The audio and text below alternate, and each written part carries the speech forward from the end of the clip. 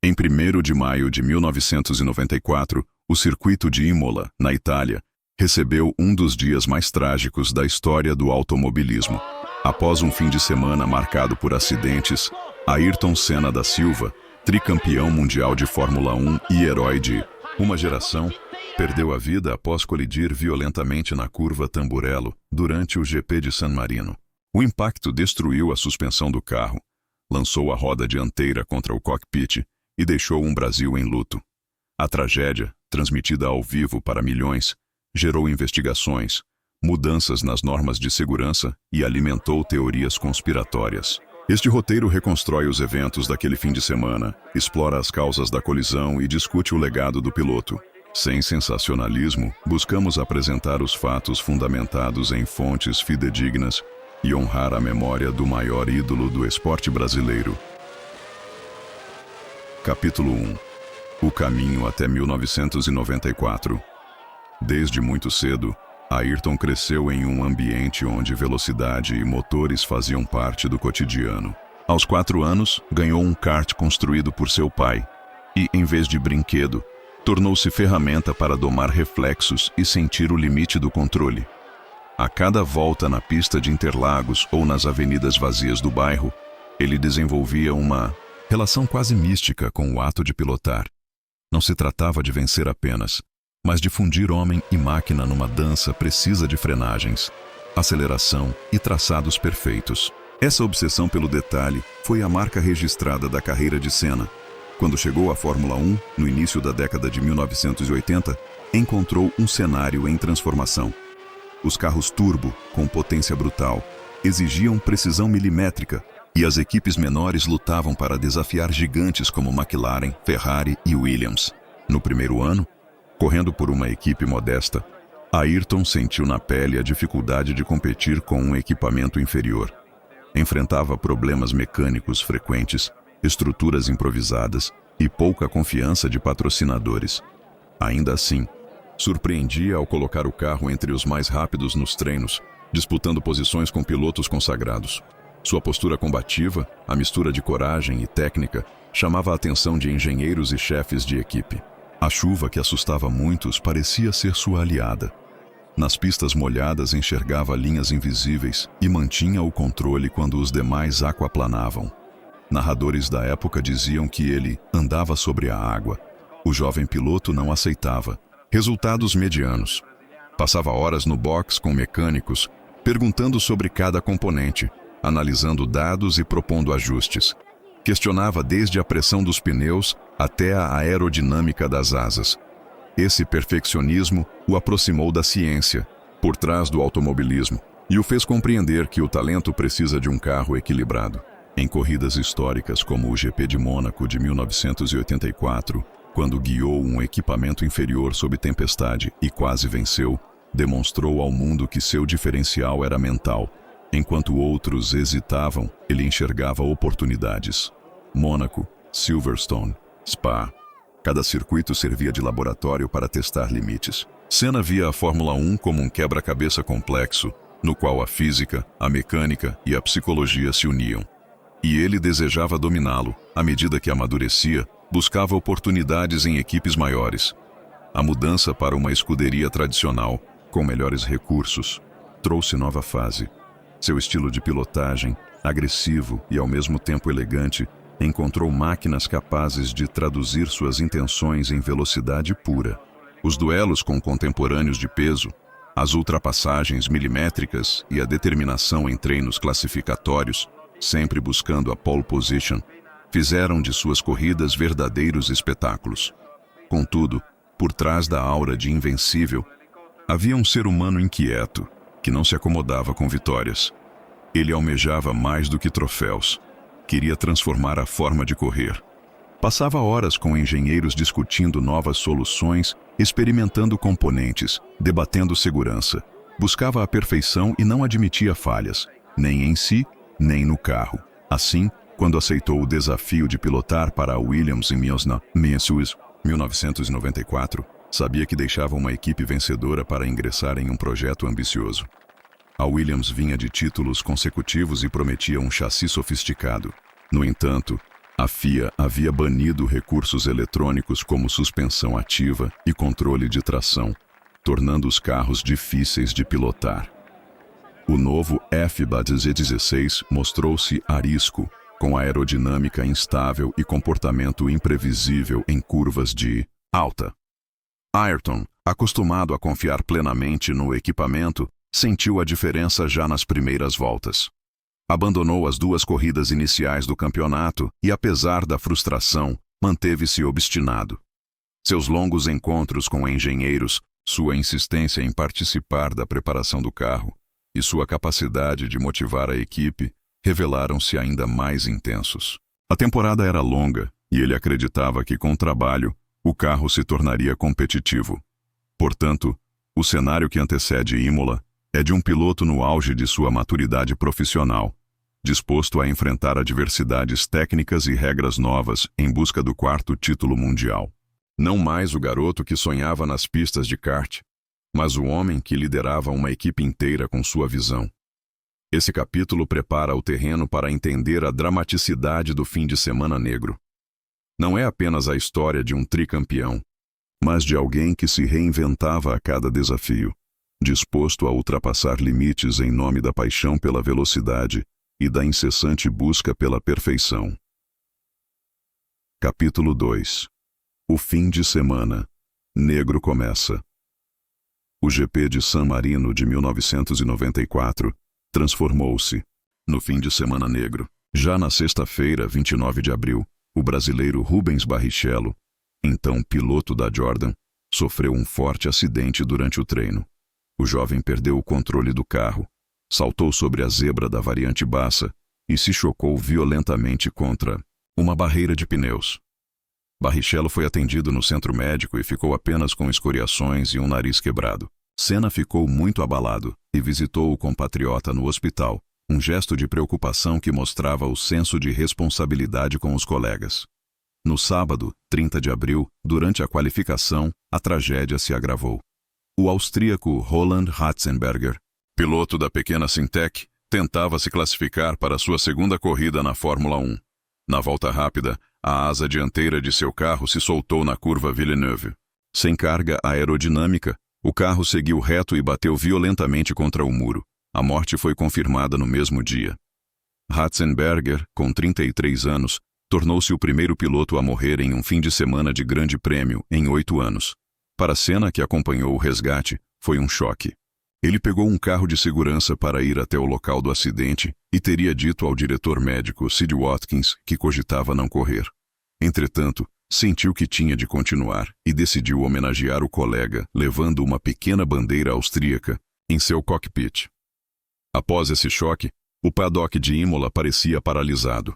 Mecânicos conversavam em voz baixa, engenheiros olhavam para o infinito e os caminhões e motorhomes assemelhavam-se a templos silenciosos. Senna retornou ao seu motorhome, com o olhar perdido, e comentou com amigos próximos que nunca havia presenciado a morte diante de seus olhos. O espaço que normalmente abrigava risadas e estratégias transformou-se em um lugar de reflexão. Ele, que sempre controlara as emoções, agora lutava contra o peso de ver um colega sucumbir. Sid Watkins, médico e amigo de longa data, mais tarde contou que o aconselhou a não correr. Sugeriu que fossem embora, pescar e cuidassem da vida. Senna, no entanto, se sentia responsável por sua equipe e por milhões de fãs. Abandonar a corrida parecia para ele uma deserção. Nos boxes, colegas se abraçavam e discutiam segurança. Muitos jovens pilotos, como Ratzenberger, viam na Fórmula 1 a chance de alcançar a glória. A brutalidade do acidente lembrava que o sonho tinha um preço alto. A morte do austríaco representou a quebra de uma longa sequência sem fatalidades na categoria. Desde 1986, quando o piloto italiano Hélio De Angelis faleceu durante um teste, nenhum competidor havia perecido em um fim de semana de grande prêmio. Esse intervalo criou uma sensação de invulnerabilidade entre equipes e fãs. No entanto, a perda de Ratzenberger demonstrou que a linha entre risco calculado e desastre era tênue e que ainda havia muito a fazer em termos de segurança. Antes de deixar os boxes no sábado, Senna reuniu-se com engenheiros e companheiros. Optou por participar da corrida para homenagear Holland e para evitar que o final de semana ficasse marcado somente pelo luto. No interior de seu cockpit, colocou uma bandeira austríaca dobrada ao lado da alavanca de marchas, prometendo içá-la, caso terminasse em primeiro. O gesto revelava sua humanidade e respeito pelo colega. Durante a noite de sábado, dormiu pouco. Relatos de pessoas próximas afirmam que acordou várias vezes, pensando no acidente. Ligou para sua irmã no Brasil, dizendo que estava angustiado, mas que não poderia desamparar sua equipe. Diante da incerteza, recitou orações e buscou forças na fé que sempre o acompanhou. O sábado também foi marcado por reuniões emergenciais entre chefes de equipe e representantes da FIA. Discutiu-se a possibilidade de alterar a pista ou reduzir a velocidade em alguns trechos. A Tamburello, já criticada por pilotos experientes como Nelson Piquet e Gerhard Berger, estava no centro das conversas, mas o pouco tempo e a logística complexa impediram mudanças substanciais. Equipes optaram por reforçar o atendimento médico e inspecionar seus carros minuciosamente. Jornalistas que circulavam no paddock notaram que a atmosfera era a mais pesada que já haviam presenciado. Assistentes, mecânicos e diretores caminhavam, de cabeça baixa, conscientes de que uma sombra pairava sobre a corrida. Apesar do desânimo, a competitividade não diminuiu. No treino classificatório final, Senna cravou a pole position com folga sobre seus rivais. Mesmo abalado, extraiu o máximo do instável FW16, demonstrando uma concentração admirável. Ao descer do carro, apontou para a tabela de tempos e perguntou ao engenheiro se Michael Schumacher havia melhorado sua marca. Essa frase expressava a contradição daquele momento. Ao mesmo tempo em que lamentava a morte de um colega, continuava obcecado em vencer. Esse paradoxo, compaixão e competitividade, definia sua personalidade e ajuda a entender por que, mesmo diante de tanta dor, ele decidiu alinhar no domingo. Assim terminou o sábado em Imola, com apreensão e esperança conflitando, preparando o palco para um domingo que entraria para a história. Capítulo 3. O domingo. Largada caótica e safety car. O dia 1º de maio começou tenso. Na volta de apresentação, Senna alinhou na pole position, com Michael Schumacher ao lado. Quando as luzes se apagaram, a partida foi caótica. O finlandês J.J. Leto, da Benetton, ficou parado no grid devido a um problema mecânico. O português Pedro Lamy, que largava da 22ª posição, não conseguiu desviar e acertou a traseira do carro de Leto. Os dois escaparam sem ferimentos, mas detritos do impacto atingiram a arquibancada e feriram 4 espectadores. Com carros e destroços espalhados, a direção de prova acionou o safety car por 5 voltas. O domingo amanheceu com um sol forte e o paddock despertou cedo, mas o brilho não dissipou a sensação de ansiedade. Nos minutos anteriores à largada, mecânicos ajustavam os últimos detalhes. Engenheiros estudavam dados na torre de cronometragem e fotógrafos circulavam buscando imagens inusitadas. Senna, concentrado, subiu no carro com movimentos meticulosos. Examinou o painel, arrumou as luvas e recebeu os cumprimentos de Damon Hill e Gerhard Berger. Enquanto isso, o locutor anunciava os pilotos e a multidão italiana vibrava ao ouvir. Os nomes da Ferrari. Era um ambiente de tensão contida, alegria pela corrida misturada ao peso das lembranças das tragédias do dia anterior.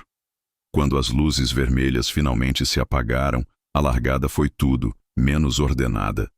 O Benetton de J.J. Leto, na segunda fila, simplesmente ficou parado, criando um obstáculo perigoso.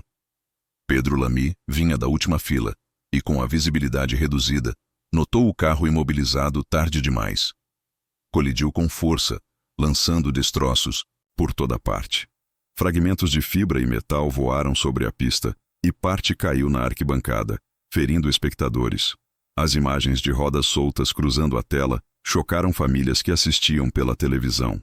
A direção de prova exibiu bandeiras amarelas por toda a pista e imediatamente convocou o safety car para neutralizar a prova. Naquele período, o safety car era um veículo de rua adaptado, incapaz de manter um ritmo semelhante aos 300 km/h dos monopostos.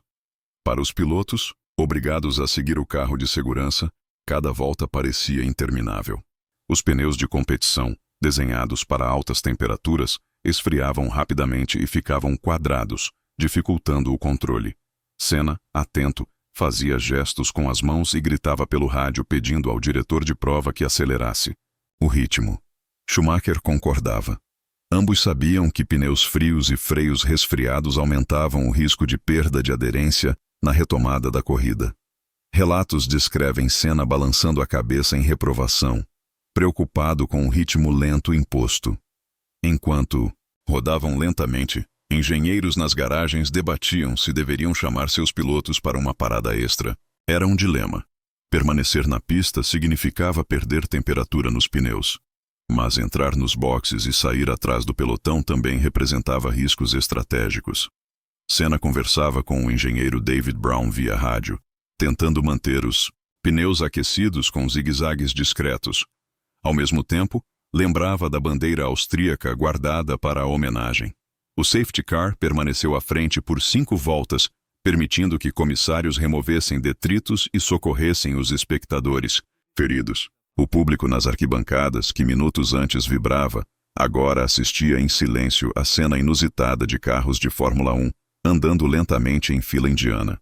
Finalmente, na 6ª volta, as luzes do safety car se apagaram. Os pilotos se prepararam para o reinício. Senna liderava, Schumacher colado em sua asa traseira, seguido por Berger e Hill. A tensão era palpável. Os pneus frios ofereciam menos aderência, e os carros estavam mais pesados no início da corrida devido ao combustível. Para stints longos, comentadores de televisão destacavam a importância de aquecer os pneus antes da retomada. Senna, com o instinto aguçado, acelerou forte na entrada da reta, tentando se distanciar logo de Schumacher.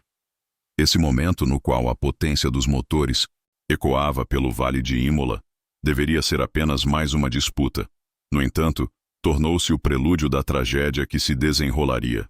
Os espectadores em casa e no autódromo observavam com apreensão. Afinal, já tinham visto Barrichello decolar na sexta-feira e Ratzenberger perder a vida no sábado. Alguns descrevem um silêncio diferente no ar, como se o público tivesse consciência de que algo errado ainda poderia acontecer. Nos boxes, membros das equipes se entreolhavam, esperando que a corrida prosseguisse sem incidentes. Mas a combinação de pneus frios, pista rápida e um carro temperamental não era a ideal. Ao completar a volta 6 e iniciar a volta 7, Senna se preparou para mais uma passagem pela Tamburello. O destino, infelizmente, tinha outros planos. A presença de um carro de segurança comum, Opel Vectra, obrigou os carros de Fórmula 1 a rodarem em ritmo lento. Com pneus e freios esfriando, alguns pilotos, como Senna, sinalizaram para o veículo acelerar. Após 5 voltas, a prova recomeçou na volta 6. Senna manteve a liderança, perseguido por Schumacher. Na volta seguinte, a 7ª, ainda com os pneus frios e o carro carregado de combustível, o FW16 azul número 2 se encaminhou para a infame Tamburello. Capítulo 4. A curva, Tamburello e a colisão. Tamburello era uma curva de alta velocidade. Um longo trecho de esquerda feito a mais de 300 km/h, delimitado por uma pequena área de escape e um muro de concreto. Em anos anteriores, outros pilotos já haviam sofrido acidentes ali. Piquet em 1987 e Gerhard Berger em 1989, evidenciando a falta de espaço de segurança. No GP de 1994, ainda não havia chicane. A curva era percorrida a fundo. Na segunda volta em ritmo de corrida, Senna entrou na Tamburello a 309 km/h.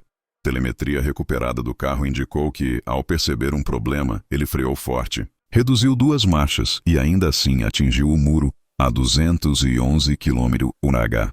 O impacto arrancou a roda dianteira direita e a asa do carro.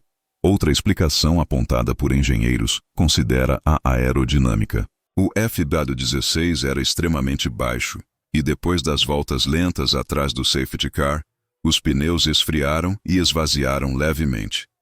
Isso reduziu a altura do carro em alguns milímetros, fazendo a superfície metálica de proteção tocar o asfalto. A Perda abrupta de downforce na parte traseira teria causado a saída de traseira. Senna contra-esterçou, mas ao recuperar o grip, a frente apontou para o muro. A verdadeira causa jamais foi concluída de maneira definitiva. Um relatório judicial italiano de 1995 atribuiu o acidente à falha da coluna de direção, mas testes da Williams sugeriram que ela se partiu após o choque. Independentemente da causa, as consequências foram devastadoras. Ao bater, um dos braços da suspensão dianteira se soltou, atravessou a viseira e atingiu a cabeça do piloto logo acima do supercílio, perfurando cerca de 2 centímetros. Além disso, a roda direita entrou no cockpit e empurrou violentamente o capacete contra o encosto, causando múltiplas fraturas na base do crânio. A combinação dessas lesões levou a um trauma fatal. A história da curva Tamburello ajuda a compreender por que o acidente foi tão grave. Em 1987, Nelson Piquet bateu forte naquele mesmo muro e sofreu lesões nos ligamentos. 2 anos depois, Gerhard Berger chocou-se no mesmo trecho quando a suspensão quebrou e seu carro incendiou-se. Graças aos comissários, o austríaco saiu com queimaduras leves. Esses episódios chamaram atenção para a falta de área de escape. No entanto, modificar a curva era complexo. Logo atrás do muro corria um rio, e o terreno era limitado. O traçado original de Imola privilegiava a velocidade em detrimento da segurança, refletindo uma era em que o risco era considerado parte do espetáculo. Para entender a dinâmica do acidente de 1994, é preciso lembrar que Senna havia solicitado a equipe, semanas antes, para adaptar a coluna de direção e aproximar o volante do peito. Os mecânicos cortaram o eixo e soldaram uma extensão mais estreita, provisória, destinada a durar apenas um fim de semana. A peça permaneceu no carro durante as corridas seguintes. Nas voltas em Imola, vibrações e forças G exerceram enorme esforço sobre a junta soldada. Alguns analistas acreditam que a solda se rompeu antes do impacto, permitindo que a coluna flexionasse. Outros defendem que ela quebrou somente ao colidir com o muro. A verdade é que não há consenso. A improvisação da peça mostra como, mesmo nos níveis mais altos do esporte, decisões rápidas podem ter consequências imprevistas. A telemetria recuperada do FW16 revelou a sequência de eventos na Tamburello. Ao entrar na curva a mais de 300 km/h, Senna reduziu a velocidade quando sentiu algo errado. O sistema registrou frenagem brusca, redução de marchas e uma tentativa de correção no volante antes de o carro seguir reto. A física explica que, com pneus frios e altura reduzida, o assoalho pode tocar o asfalto, interrompendo o fluxo de ar sob o carro e fazendo-o perder downforce. Isso reduz a aderência de forma abrupta. Somada à possível falha da direção, cria-se uma situação impossível de corrigir. Mesmo com reflexos extraordinários, Senna não conseguiu evitar o impacto. Após a batida, o mundo prendeu a respiração. Comentaristas gritaram nas cabines, sem entender o que acontecia. Espectadores em casa ficaram em silêncio. A imagem do carro azul e branco parando no meio da curva, com destroços espalhados e a cabeça do piloto imóvel, tornou-se emblemática. A confusão no pit lane era grande. Alguns pensavam que ele havia perdido os sentidos e logo sairia do carro, enquanto outros temiam o pior. A curva Tamburello, até então vista como um desafio técnico, transformou-se em símbolo de falha, humana e estrutural. As cenas de bombeiros e médicos correndo, comissários acenando bandeiras vermelhas e pilotos diminuindo a velocidade fazem parte da memória coletiva do esporte. Capítulo 5. O resgate e a luta pela vida. Após o impacto, Senna permaneceu imóvel. Imagens aéreas mostraram sua cabeça movendo-se levemente para a esquerda antes de retornar e parar, o que gerou breve esperança. Comissários e bombeiros chegaram ao local, mas não podiam tocar no piloto até a equipe médica chefiada pelo professor Sid Watkins chegar. Quando Watkins abriu a viseira, constatou um grave ferimento na têmpora e uma hemorragia intensa. Ele realizou uma traqueotomia de emergência para garantir a passagem de ar e controlar a perda de sangue. Ao redor da pista, repórteres e câmeras registravam cada movimento. O diretor de prova logo exibiu bandeiras vermelhas para interromper a corrida e os carros foram conduzidos aos boxes enquanto helicópteros sobrevoavam a área. Alguns torcedores rezavam, Outros choravam. Havia uma sensação de incredulidade coletiva. Senna, deitado no chão, estava rodeado por profissionais que já o conheciam há anos. Muitos comissários e médicos tinham convivido com ele em diversas pistas e agora lutavam pela sua sobrevivência com dedicação e respeito. O tempo parecia dilatar para quem acompanhava. Durante os minutos que antecederam a decolagem do helicóptero, o professor Watkins manteve a mão sobre o ombro de Senna, conversando com ele apesar de saber que o piloto estava inconsciente. Em depoimentos posteriores, relatou que percebeu uma lágrima escorrer pelo rosto do amigo, como se este tivesse consciência do que acontecia. A equipe médica colocou um colar cervical e imobilizou a cabeça com suportes laterais.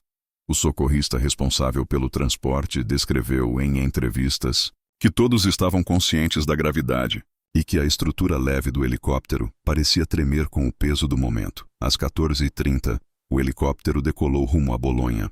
O trajeto de cerca de 20 quilômetros levou pouco mais de 10 minutos. Enquanto o aparelho sobrevoava as colinas da Emília-Romagna, rádios italianos interromperam suas transmissões para informar que Senna estava sendo transferido em estado crítico. Em São Paulo, ainda à madrugada, familiares e amigos começaram a receber telefonemas alarmantes. Muitos brasileiros ainda não sabiam do acidente de Ratzenberger, o que aumentou o choque ao acordar. No interior do helicóptero, monitores mostravam pressão arterial instável. Médicos administravam medicamentos para conter edema cerebral. A cada minuto, a sensação de impotência crescia. A chegada ao Hospital Maggiore mobilizou uma equipe de neurocirurgiões. Circulavam informações conflitantes. Alguns veículos diziam que Senna havia chegado consciente. Outros falavam em coma profundo. O protocolo exigia avaliações rápidas para verificar possíveis intervenções cirúrgicas. Uma tomografia computadorizada revelou hemorragia subaracnoidea, lesão do tronco cerebral e fraturas extensas. A equipe concluiu que não havia possibilidade de reversão dos danos. Ainda assim, tentaram estabilizar o paciente com suporte ventilatório e medicações.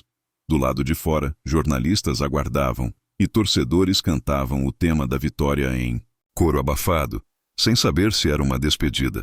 Dentro do autódromo, a corrida, estranhamente, continuou. Muitos pilotos, incluindo Berger, Hill e Schumacher, não souberam da gravidade do estado de Senna até após a bandeirada final. Ao descobrirem o desfecho, vários choraram nos boxes, abraçando membros da equipe Williams. Técnicos desmontavam o que restava do FW-16 para entregar às autoridades italianas, e policiais selavam peças como parte das investigações. A cena era surreal. Enquanto fãs ao redor do mundo acompanhavam em tempo real o drama, a roda da vida do circo da Fórmula 1 não parava. Esse contraste entre a luta pela vida e a continuidade do espetáculo marcou profundamente quem esteve em Imola naquele dia. Senna foi retirado do cockpit e deitado no asfalto.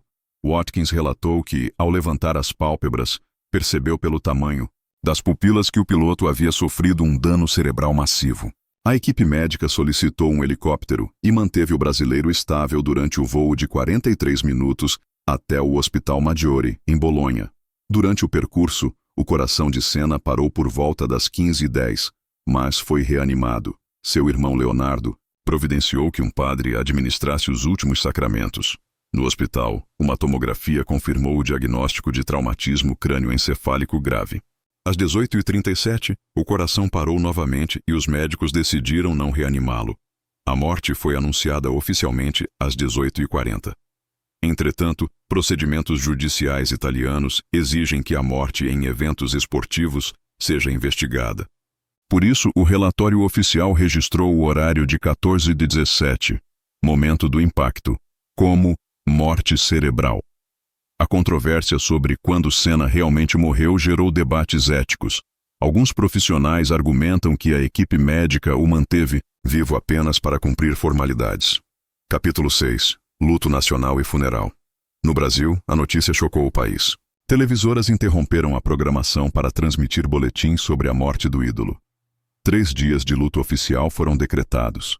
O corpo de Senna foi liberado em 4 de maio e levado de avião para São Paulo em um voo da Varig. O caixão viajou na cabine principal, acompanhado por familiares e amigos. Caças da Força Aérea escoltaram o avião até o aeroporto de Guarulhos, onde autoridades como o governador Luiz Antônio Fleury Filho recepcionaram a comitiva. Um cortejo com 17 motocicletas policiais e um caminhão dos bombeiros percorreu 32 quilômetros até o Palácio 9 de Julho, na Assembleia Legislativa, onde o corpo foi velado por mais de 200 mil pessoas.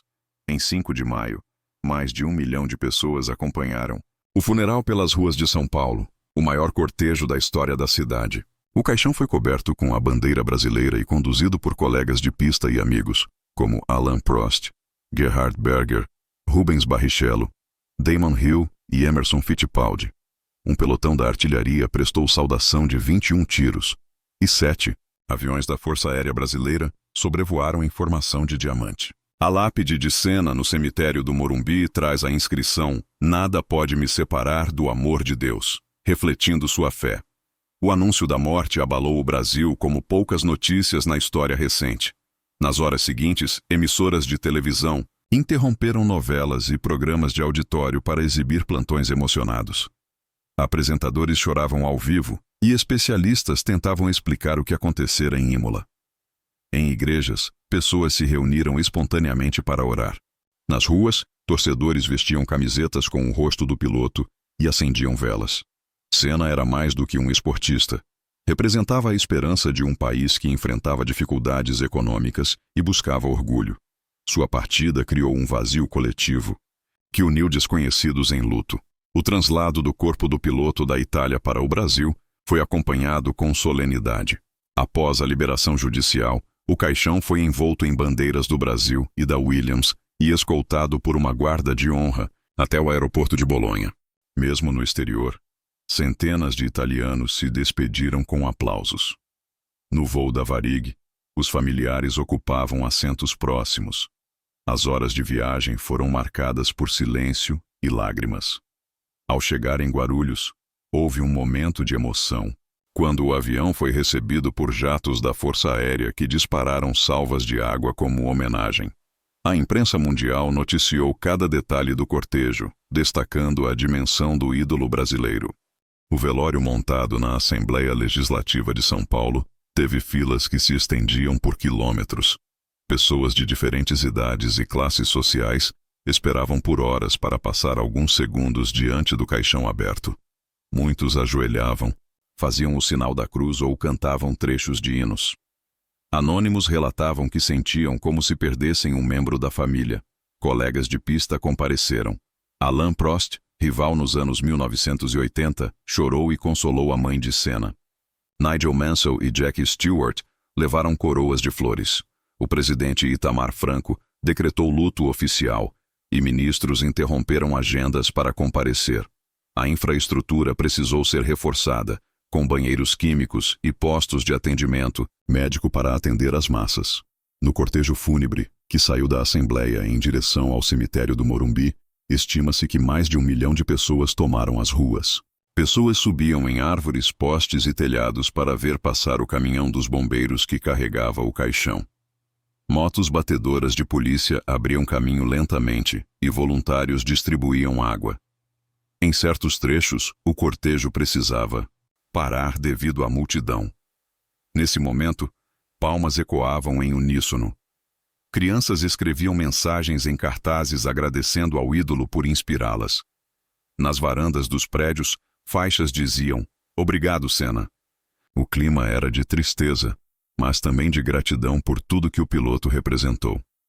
O efeito da morte de Senna não se restringiu ao Brasil. Em países da Europa, jornais estamparam a notícia em manchetes de capa, e programas esportivos abriram espaço para homenagens. Em Tóquio, fãs se reuniram diante da sede da Honda, relembrando as vitórias de Senna com motores japoneses. Em Londres, artistas e músicos dedicaram canções. No circo da Fórmula 1, equipes fizeram votos de silêncio e prometeram mudanças. Até hoje, o funeral de Senna é lembrado como um dos maiores atos de luto coletivo no esporte. Ele uniu milhões de pessoas em torno de um sentimento de perda compartilhada e destacou o poder que um atleta pode exercer sobre a identidade de uma nação. Capítulo 7. Investigações e julgamento. Poucos dias após o acidente, a FIA convocou uma reunião para discutir medidas emergenciais.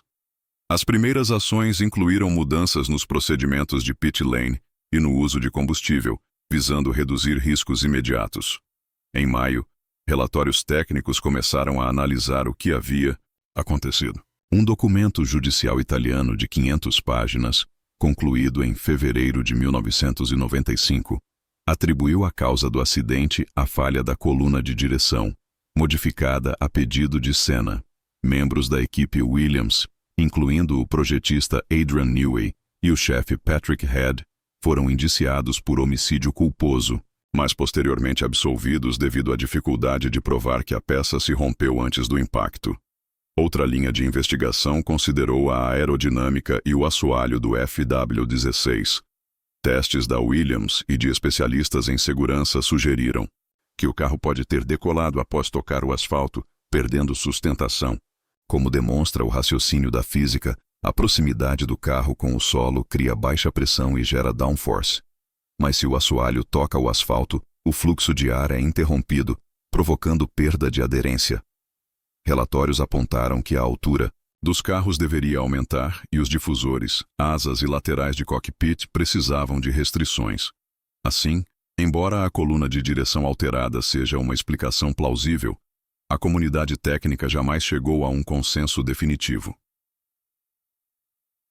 Em conformidade com as leis italianas, qualquer morte em evento esportivo desencadeia uma investigação criminal. Assim, poucas horas após o acidente, a polícia de Bolonha apreendeu o chassi do FW16, o motor Renault, a coluna de direção e a central eletrônica. Técnicos desmontaram o carro peça por peça em busca de falhas. As imagens de policiais, guardando o paddock, usualmente reservado a mecânicos e patrocinadores, simbolizavam a seriedade do caso. Foram coletados depoimentos de comissários, mecânicos, engenheiros e médicos, todos descrevendo a sequência de fatos, desde a largada até a remoção do piloto. Em dezembro de 1994, o Ministério Público de Modena indiciou os dirigentes da Williams, Frank Williams, Patrick Head e Adrian Newey, além de representantes da FIA, por homicídio culposo. O argumento central era que a coluna de direção, modificada a pedido de Senna, apresentou fadiga e se rompeu, causando o acidente. Para a acusação, a decisão de soldar uma luva metálica havia sido negligente. Os réus argumentavam que a peça se partiu com o impacto e que a perda de aderência foi o fator determinante. O processo judicial se arrastou por anos, com audiências detalhadas, perícias complexas e análises de especialistas em engenharia. Em 1997, um tribunal de primeira instância absolveu os acusados por falta de provas conclusivas. Contudo, a Misat na promotoria recorreu e, em 1999, o caso foi reaberto.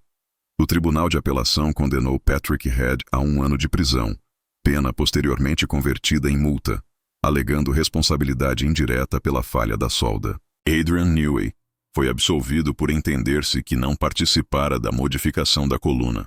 Os advogados de Head recorreram à Corte de Cassação, equivalente ao Supremo Tribunal Federal, que, em 2005, anulou a condenação e encerrou o processo, por prescrição. Foram 11 anos de litígio, evidenciando o dilema jurídico entre risco assumido e responsabilidade técnica. Durante as investigações, peritos apresentaram relatórios contraditórios. Alguns afirmavam que a coluna apresentava microfissuras de fadiga antes da batida. Outros ressaltavam que a quantidade de deformação não era compatível com fratura prévia. Houve debates sobre dados de telemetria, testes de laboratório e simulações em computador. O Instituto de Mecânica de Turim produziu um laudo apontando que a falha da direção ocorrera frações de segundo antes do impacto. Já a Renault e a Williams defenderam que os sensores registraram torque na coluna até o momento da colisão, sugerindo que ela estava intacta. Essa divergência técnica impediu uma conclusão definitiva. Para a Fórmula 1, o processo judicial representou um choque sem precedentes. Pela primeira vez, engenheiros e chefes de equipe estiveram no banco dos réus por decisões de projeto. Isso levou as escuderias a reforçarem departamentos de segurança e a documentar cada modificação em detalhes, para fins de responsabilidade civil.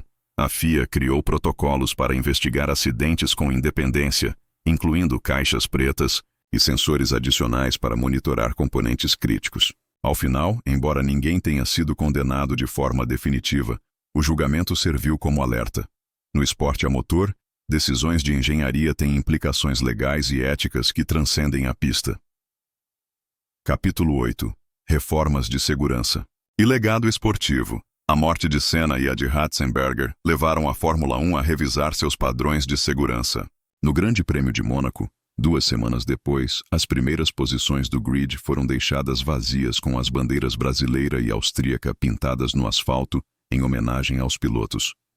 O campeão aposentado Niki Lauda anunciou a reativação da Associação dos Pilotos, GPDA, com Michael Schumacher, Gerhard Berger e Martin Brundle entre os representantes. O objetivo era pressionar a FIA por melhorias rápidas. Várias mudanças foram introduzidas ainda em 1994 e 1995. Para o GP da Espanha, diminuíram o tamanho dos difusores e elevaram as extremidades da asa dianteira, reduzindo em cerca de 15% o downforce total. No Canadá, os carros ganharam proteção lateral mais alta, cockpit mais comprido e barras de suspensão reforçadas para evitar que rodas se soltassem em impactos. O peso mínimo aumentou. Limitou-se a cilindrada a 3 litros e aboliram-se as chamadas airboxes para reduzir potência. Além disso, circuitos receberam chicanes, áreas de escape maiores e barreiras de pneus. A Tamburello transformou-se numa lenta sequência de curvas. Nos anos seguintes, dispositivos como o Hans, apoio de cabeça e pescoço, e, mais recentemente, o halo, passaram a proteger os pilotos de maneira significativa. Esses avanços, embora decorrentes de uma tragédia, salvaram incontáveis vidas e mudaram a concepção de segurança no esporte. Além das mudanças emergenciais, o processo de revisão de segurança tornou-se contínuo. Nas reuniões pós-corrida em Mônaco, os pilotos apresentaram uma lista de reivindicações que incluíam chicanes temporárias em trechos rápidos, reforço de barreiras e redução de potência. A FIA, liderada por Max Mosley, instituiu um grupo de trabalho para avaliar cada circuito. Isso resultou em reconfigurações abrangentes. Spa-Francorchamps ganhou áreas de escape maiores. Hockenheim adicionou chicanes e Monza instalou chicanas antes das curvas parabólica. A Tamburello, símbolo da tragédia, foi transformada numa sequência de curvas lentas para impedir que carros atingissem o muro a alta velocidade. Os carros também evoluíram dramaticamente. Em 1995, as equipes adotaram cockpits mais largos e bancos moldados sob medida que envolviam melhor os pilotos. Barras de proteção laterais foram incorporadas para impedir a intrusão de componentes no habitáculo. As rodas passaram a ser presas por cabos metálicos para minimizar o risco de se soltarem em acidentes. O combustível passou a ser armazenado em células de segurança de material balístico, reduzindo explosões. Até a década de 2000, o design de chassi em fibra de carbono evoluiu para absorver impactos de maneira progressiva, dissipando energia antes de atingir o piloto. Esses avanços técnicos testados em laboratórios e simulações tornaram os carros contemporâneos muito mais seguros. O papel da Associação de Pilotos foi crucial para garantir que essas mudanças não ficassem apenas no papel. Lideranças, como Niki Lauda, Michael Schumacher e Damon Hill, se reuniram regularmente com a FIA para revisar relatórios de acidentes e sugerir melhorias. A GPDA, revigorada, passou a ter voz ativa em decisões sobre circuitos e regulamentos. Houve resistência inicial de algumas equipes, temerosas de perder competitividade, mas a consciência coletiva prevaleceu. A partir de 1997, a FIA introduziu testes de impacto lateral obrigatórios e aumentou a altura dos cockpits. Em 2003, o dispositivo GANS tornou-se obrigatório, reduzindo em até 60% o risco de lesões cervicais. Em 2018, a adoção do halo, estrutura em titânio ao redor da cabeça do piloto, provou-se decisiva ao salvar vidas em múltiplos incidentes. As melhorias também alcançaram os próprios circuitos.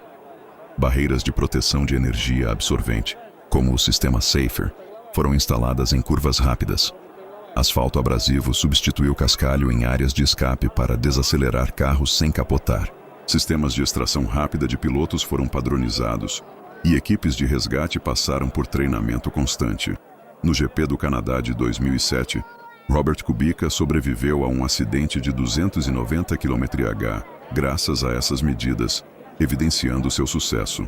Eventos posteriores, como o acidente de Jules Bianchi em 2014, mostraram que os desafios permanecem, mas também impulsionaram mais reformas, como a revisão das regras de bandeira amarela. Ao longo dos anos, o legado de Senna no que diz respeito à segurança consolidou-se. Pilotos modernos competem em pistas que levam em consideração margens de erro e em carros que os protegem de maneira sem precedentes. Embora o risco nunca desapareça por completo, a cultura do esporte mudou. A vitória deixou de justificar qualquer sacrifício. As gerações que cresceram ouvindo histórias do tricampeão sabem que, por trás das disputas épicas, existe a responsabilidade de preservar vidas. Assim, cada largada se torna também um tributo às lições aprendidas em 1994. Capítulo 9. Impacto cultural e memória. A morte de Senna teve consequências além das pistas. No Brasil, sua figura se tornou símbolo de superação e orgulho nacional. A seleção brasileira dedicou a vitória na Copa do Mundo de 1994 à memória do piloto. A música, tema da vitória, tocada em suas vitórias, virou o hino. Em São Paulo, uma estátua no Parque do Ibirapuera perpetua a lembrança. Empresas, ruas e instituições passaram a homenageá-lo, e sua família criou o Instituto Ayrton Senna, dedicado a programas educacionais. No exterior, a admiração se manteve. Pilotos como Michael Schumacher, Lewis Hamilton e Sebastian Vettel declararam que Senna foi inspiração fundamental. O filme Senna, lançado em 2010, apresentou sua vida a novas gerações. O impacto cultural de Ayrton Senna transcende as pistas. No Brasil, ele virou sinônimo de excelência e perseverança. Sua imagem estampava campanhas de marcas populares, e seu sotaque paulistano era imitado em programas de humor. Após a tragédia, escolas e comunidades passaram a utilizar sua trajetória como exemplo de disciplina e determinação. O governo criou prêmios esportivos com seu nome, e a seleção brasileira de futebol, às vésperas da Copa do Mundo de 1994, declarou que jogaria em sua memória. A vitória na Copa, com jogadores exibindo uma faixa Senna, Aceleramos Juntos, reforçou a ideia de que o piloto fazia parte do imaginário nacional. Vislumbrando transformar o luto em legado, a irmã de Ayrton, Viviane Senna, fundou o Instituto Ayrton Senna poucos meses após sua morte. A instituição destinou recursos de patrocinadores e direitos de imagem do piloto para programas educacionais. Milhares de crianças em todo o Brasil foram beneficiadas por projetos de alfabetização, capacitação de professores e prática esportiva nas escolas. O Instituto se tornou referência em políticas públicas, colaborando com prefeituras e governos estaduais.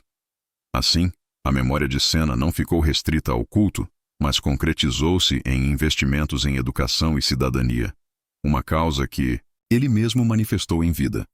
No universo do esporte a motor, Senna influenciou gerações.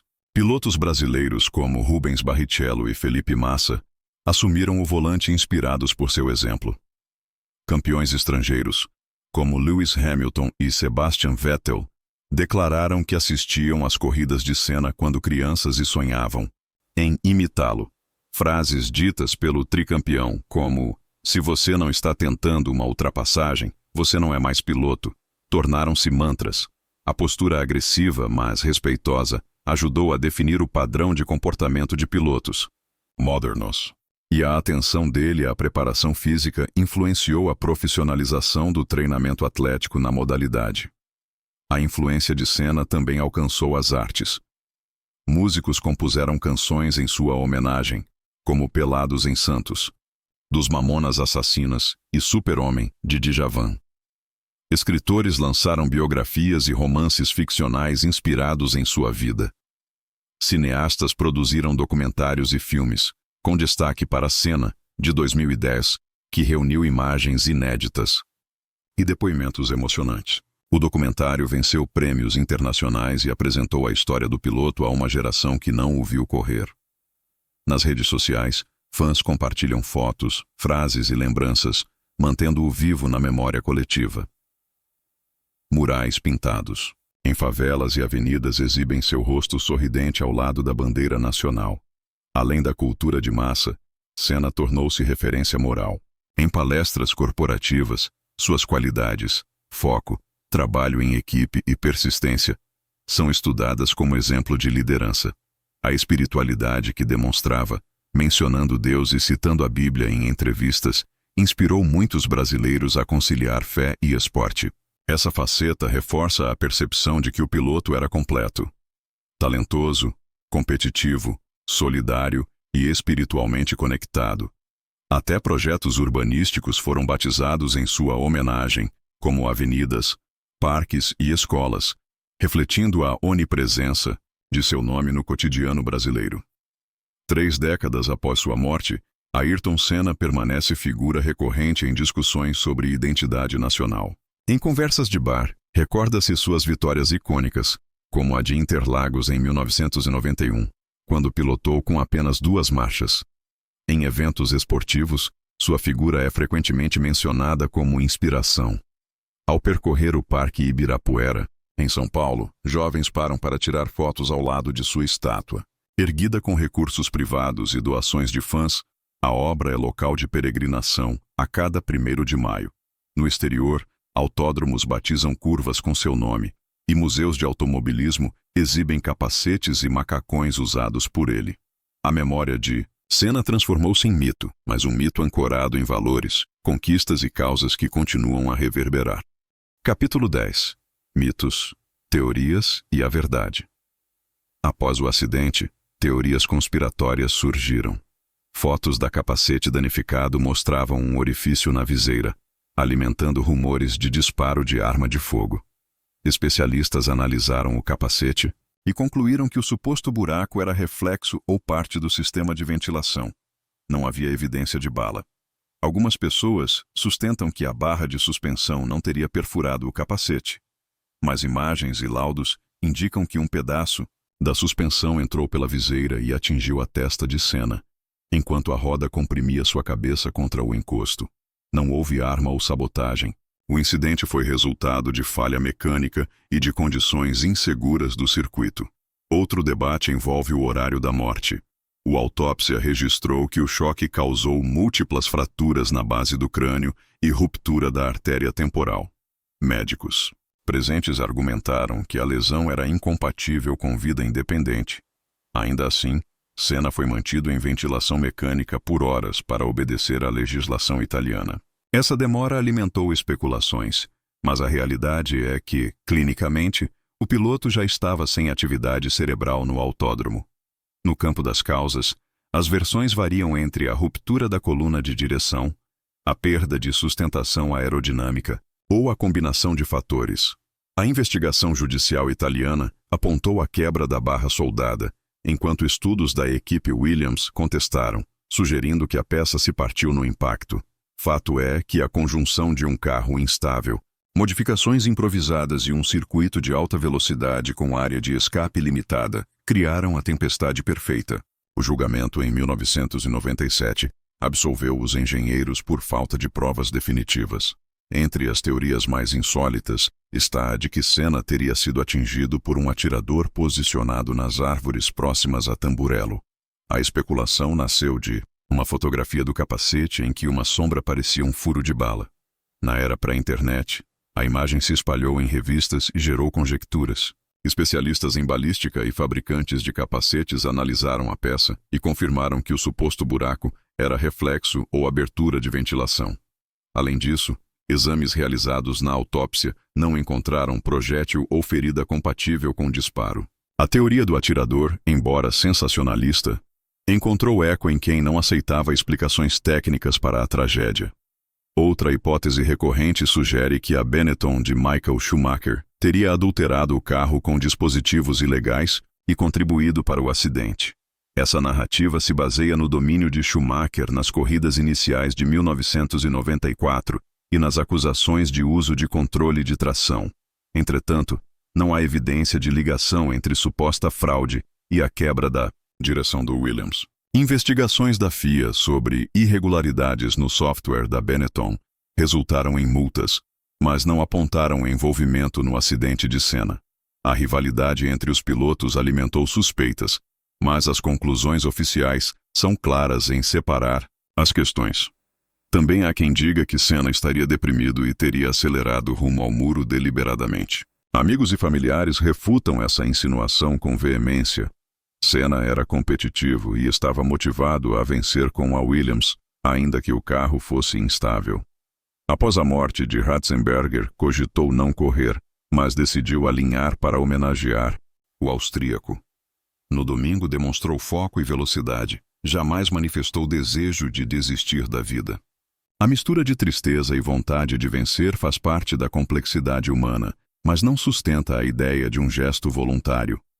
A persistência dessas teorias revela um traço da natureza humana, a necessidade de encontrar explicações extraordinárias para eventos traumáticos. Quando uma figura pública morre, muitas vezes surgem histórias que desafiam a lógica e alimentam o mistério. No caso de Senna, a aura de invulnerabilidade construída ao longo da carreira e o choque da tragédia criaram terreno fértil para especulações. Entretanto, análises detalhadas de engenheiros, médicos e órgãos independentes apontam para causas mecânicas e circunstanciais. Aceitar a verdade exige compreender que, mesmo os melhores, estão sujeitos a imprevistos. Ao encerrar o capítulo das teorias, é importante recordar que questionar faz parte da busca por compreensão. Contudo, o respeito às evidências é fundamental. O legado de Senna não depende de versões conspiratórias. Ele está alicerçado em sua entrega nas pistas, na ética esportiva e na inspiração que proporcionou a milhões.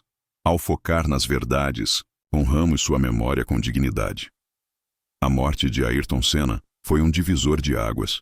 Ao expor a vulnerabilidade dos pilotos, acelerou a revolução da segurança na Fórmula 1 e desencadeou um debate mundial sobre ética e responsabilidade no esporte. Também mostrou a força de uma nação unida em torno de um herói. 30 anos depois, a imagem do piloto sorrindo no pódio, a determinação no cockpit e a bandeira verde-amarela tremulando permanecem vivas. Ao terminar este vídeo, convidamos você a refletir sobre o legado de Senna, a busca pela excelência, o respeito aos adversários, a fé inabalável e o compromisso com causas sociais. Se essa história o emocionou, compartilhe o vídeo, deixe seu comentário e participe das discussões para que juntos possamos manter viva a memória de Ayrton Senna e continuar pressionando por segurança e ética no esporte. Obrigado por assistir.